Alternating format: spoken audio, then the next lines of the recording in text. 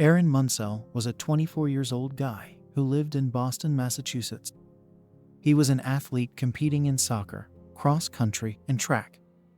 He went to Boston University and graduated with a degree in aerospace engineering. Family and friends described him as a kind-hearted person who lives by his morals. He continued his studies and was going for a master's degree in mechanical engineering. On February 8, 2014, he went to Boston's financial district to celebrate his birthday with friends. People said he was having a good time until he tripped when he was going to the bathroom, and the bouncers asked him to leave. The temperature outside was 18 Fahrenheit, but the bouncers didn't let him to grab his coat. 10 minutes after he was kicked out, his friends realized they couldn't find him. They went outside and couldn't find him. They assumed he walked home since he lived 10 minutes from the club. The police tried to ping his cell phone, and they got a response 30 minutes after he left the club in a location close to harbor, not in the direction of his residence. Police started their search around the harbor, but couldn't find him, although they were able to save another person. They found a man struggling to climb out of the harbor 3 days after Eric went missing. The man was not in a good condition and couldn't communicate. He was transferred to the hospital. 2 months after Eric went missing, a man found him dead in the harbor. This location was searched extensively in the months before without finding anything. The coroner never released the cause of death of Eric Munsell.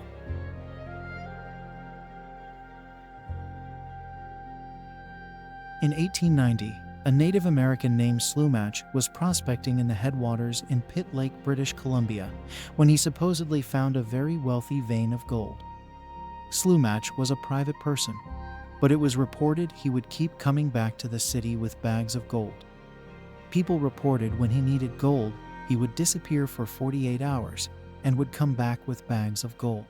It was reported on each of his trips, he would bring a Native American woman with him to cook for him, and each time he would come back alone, saying the woman died for a variety of reasons or disappeared. On one trip, other miners found his female companion dead in the river with Slumach's knife on her back. He later confessed of 8 murders. The official told him he could have life sentence instead of dying if he says where he gets his gold. He refused and was hanged. From 1891 to 1951, it was reported 20 miners went to the area Slumach was finding his gold and never came back. In 1943, it was reported there were strange lights flickering in the skies above the Pitt Lake, which the aged Indians believed it was caused by spirits who were killed by Slumach.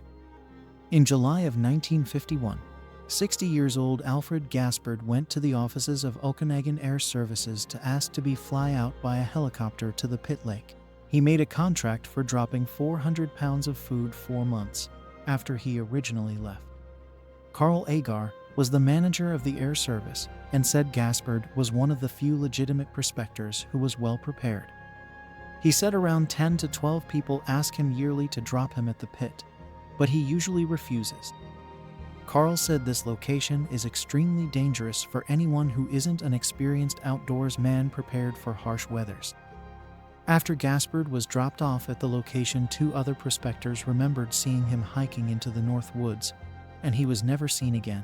In October of 1951, 3 months after he went missing, authorities went to the headwaters to search for evidence of what happened to him. There was already snow in the area, and they spent 2 weeks looking for him. They couldn't find where he set up his camp and no evidence of his death. Gaspard was the 21st victim who went to the pit and never came back.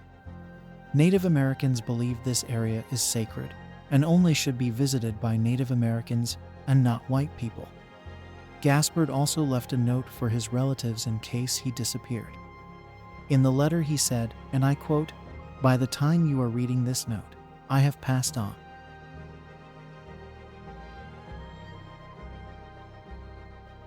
On May 28th, 20-year-old Mark Wegener went to party on Boone Court in Whitewater, Wisconsin.